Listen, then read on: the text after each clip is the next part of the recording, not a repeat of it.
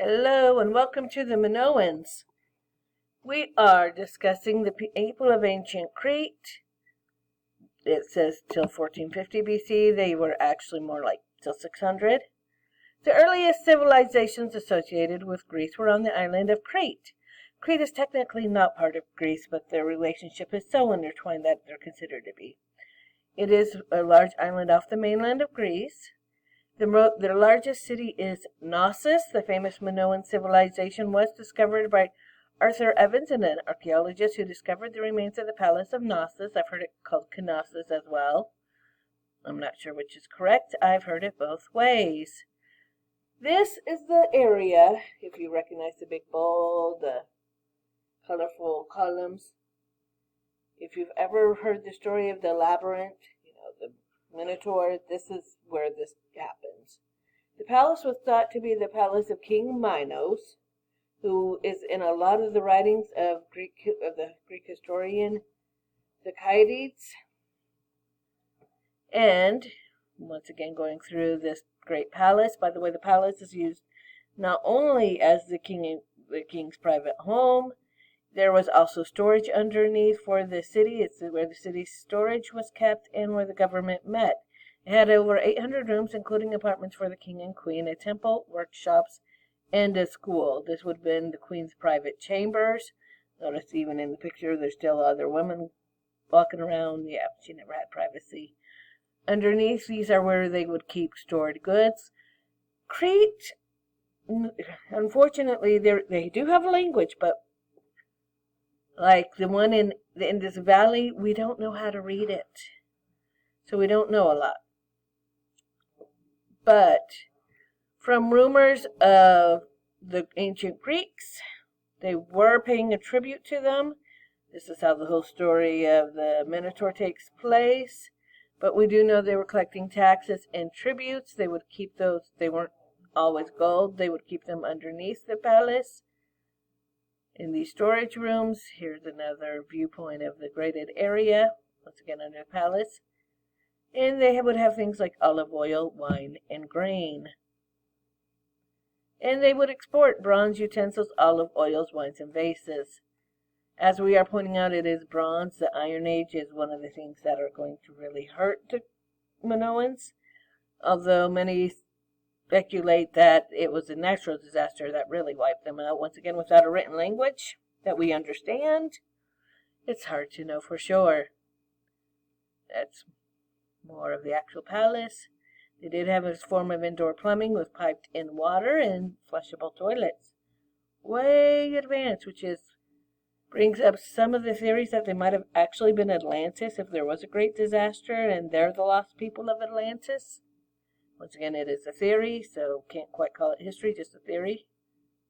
And these we wouldn't get, once we lost the Minoans, it would take 3,600 years to get flushing toilets again.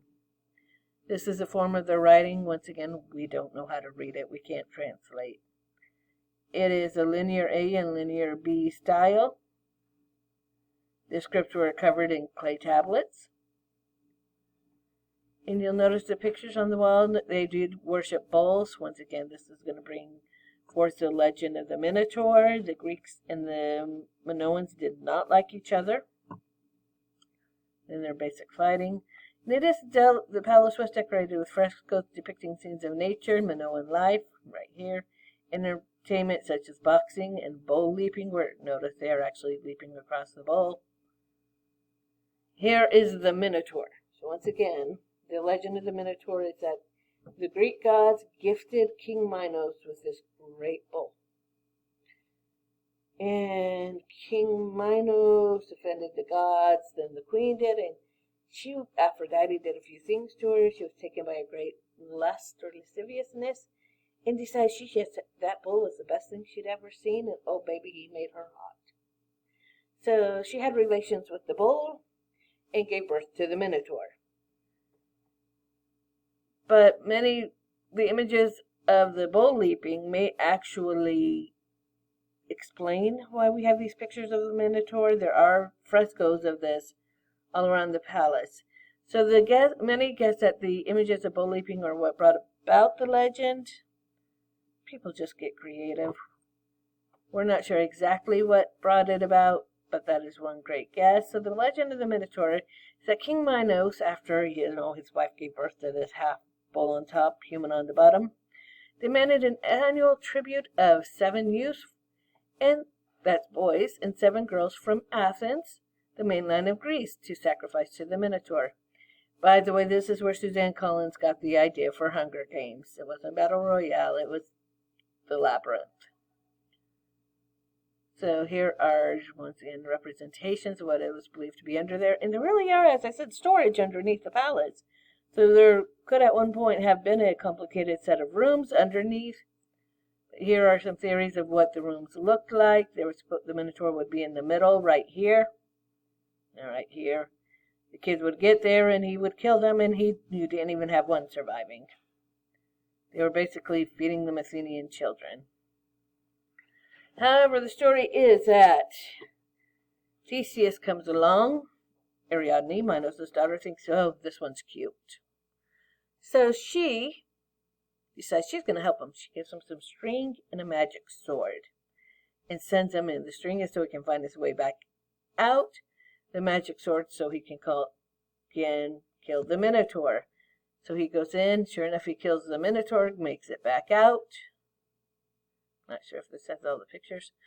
So he destroys the bull with the Minotaur with the help of the king's daughter, Ariadne. And she provided him with the sword and the cord to find his way out of the maze. And that's, also what they think this bull leaping might be, but bull leaping is bull leaping. And if you think this ends happily, it doesn't quite.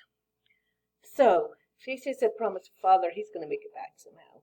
And he's like, just wait till this day. We'll set sails on the ship, and we'll get back, and all will be great. And since Ariadne helped him, he took her with him off on the ships. Well, then he decides to just leave her on an island and abandon her because, I don't need her anymore. Yeah, great guy. She ends up getting found by Dionysus, who falls in love with her, so she's made into a minor goddess, gets immortality. He starts to get home, forgets to set those sails. His father goes, well, the day's passed. Oh no, I'm in despair, and kills himself. Yeah, great ending. Then Theseus, takes over, and then he marries some Amazonian queen because apparently his love is not very lasting. But the Minoans, once again, did trade with the mainlands of Greece. So the Greeks did visit. That's not even a must. They did. I'll have some TBQs for you. As I said, they don't really get along. The Greeks also have said for centuries in all their writings that these Minoans, the Minotaur is not true. We're not sure if they were taking 7 of the boys and girls from the Greeks, but they were committing human sacrifice. That is the big thing the Greeks kept saying is, no, these guys are committing human sacrifice. They're barbaric, they're rebellious. Your GBQ is going to go over more of this argument, whether it's true or not, because the Minoans don't have any writings to defend themselves. Guess what we found, though? So they think some might have participated in the bull leaping rituals and died, and that's why they were claiming. The Greeks were claiming that they were, killing these children and committing human sacrifices. They think the Greek just came, did some bull leaping, died, and now we're going to blame the Minotaur. But they eventually had a hand in destroying the Minoan culture and took over their land. So now Crete is part of Greece, but the Minoans are not part of the Greek culture. So this is a rendering, the artistic rendering of what it used to look like. Once again, they're an island in the middle of the ocean, so hence the myth of Atlantis. So they grew prosperous, but their civilization ended suddenly. Many think there's a volcanic eruption on the nearby island may have been the cause. Hence, once again, the idea of Atlantis. Nature destroyed it. And it might explain the legend of the lost continent of Atlantis. However, there are other theories. And do not forget this Iron Age is coming in.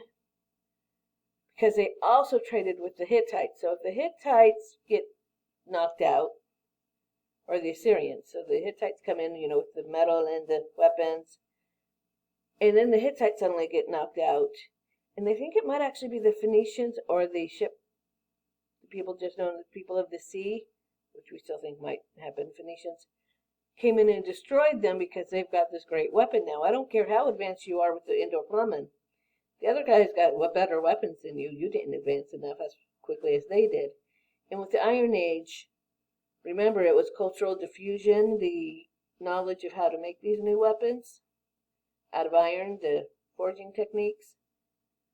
Remember, if you're on a little island, you're less likely to attract these blacksmiths who know how to make these weapons. And if you're snooty and, well, we don't want outsiders or we'll trade with the Greeks, but if you're not importing your blacksmiths with this great technique, they're making weapons for somebody else, and, oh, I'm sorry, now you're not advanced enough and we're going to wipe you out and take your land.